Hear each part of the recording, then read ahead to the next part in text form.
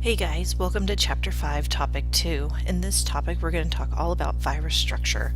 Basically, what are the components of the viruses and how are they organized? This topic is important because we use virus structure as a type of virus classification. So in order to understand virus nomenclature, we have to be able to understand what parts make up the virus structure. So before we get started before we go too far down the road of virus structure, let's remind ourselves about viral size range. Viruses are the smallest infectious agents, unless you want to talk about prions, but we're not going to talk about prions right now. That's later. As you can see in this picture here, the big green cell is a yeast cell, and then you can see that there are 3 examples of prokaryotic cells right above them. And notice how much smaller prokaryotes are than eukaryotes, just like we've always talked about in class. But now let's take a moment and look at all the different viruses you can see on this picture that indicate how much smaller viruses can be, and look at how small they can get down to.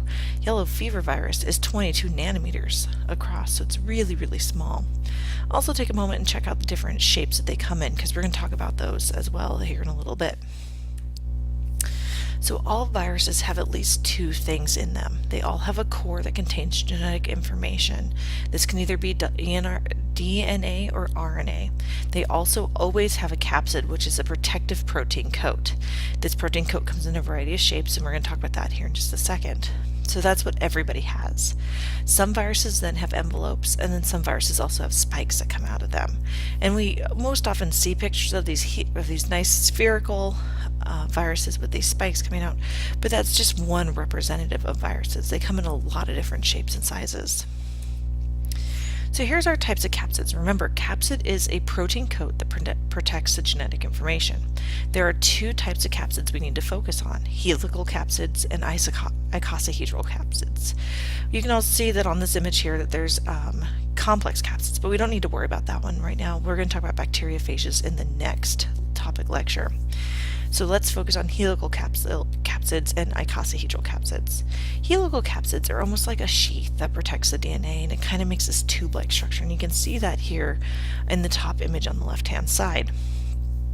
This is the naked version. When it's enveloped, you can see it inside, almost within that core of that virus on the enveloped structure, and you can see that in the second image below.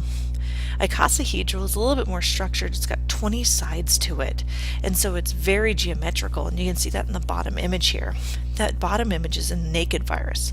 That icosahedral structure can also exist within an envelope. So make sure you understand these 4 different types and what's different about each of them. But remember, all of these are capsids that protect the virus. So here is viral envelopes. Now, not all viruses have envelopes, but where does this envelope come from? It comes from the cell membranes of the host cell. So either the nuclear membrane, the endoplasmic reticulum, or the cell membrane.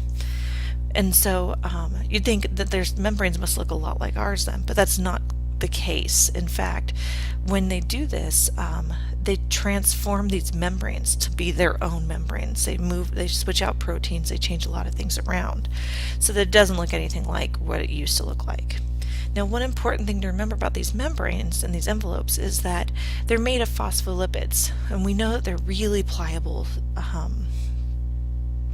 membranes, which means that the virus shape is not the spherical shape that you always see here. They can have a variety of shapes because it's so mobile. So just remember that viruses are not always perfectly round, even though that's the example that we see 90% of the time.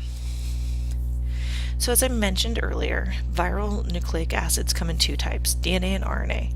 There's always double-stranded DNA and single-stranded DNA, and there's always single-stranded RNA and double-stranded RNA. And I know that that's weird to think about double-stranded RNA because we don't think about that ourselves in our cells, but they do have that. So make sure you understand these different groups here on this slide. I don't expect you to remember the examples, but I do want you to know what the different groups are and how they're different from each other. One important thing you note here is on the single-stranded, you can see that there's 2 types of polarities. There's the positive polarity and the negative polarity. Positive polarity means that when entering the host cell, that RNA can be read directly and made into proteins, whereas negative polarity has to have its complement of that sequence made before it can be made into proteins. Now, these viral genomes can vary widely in size.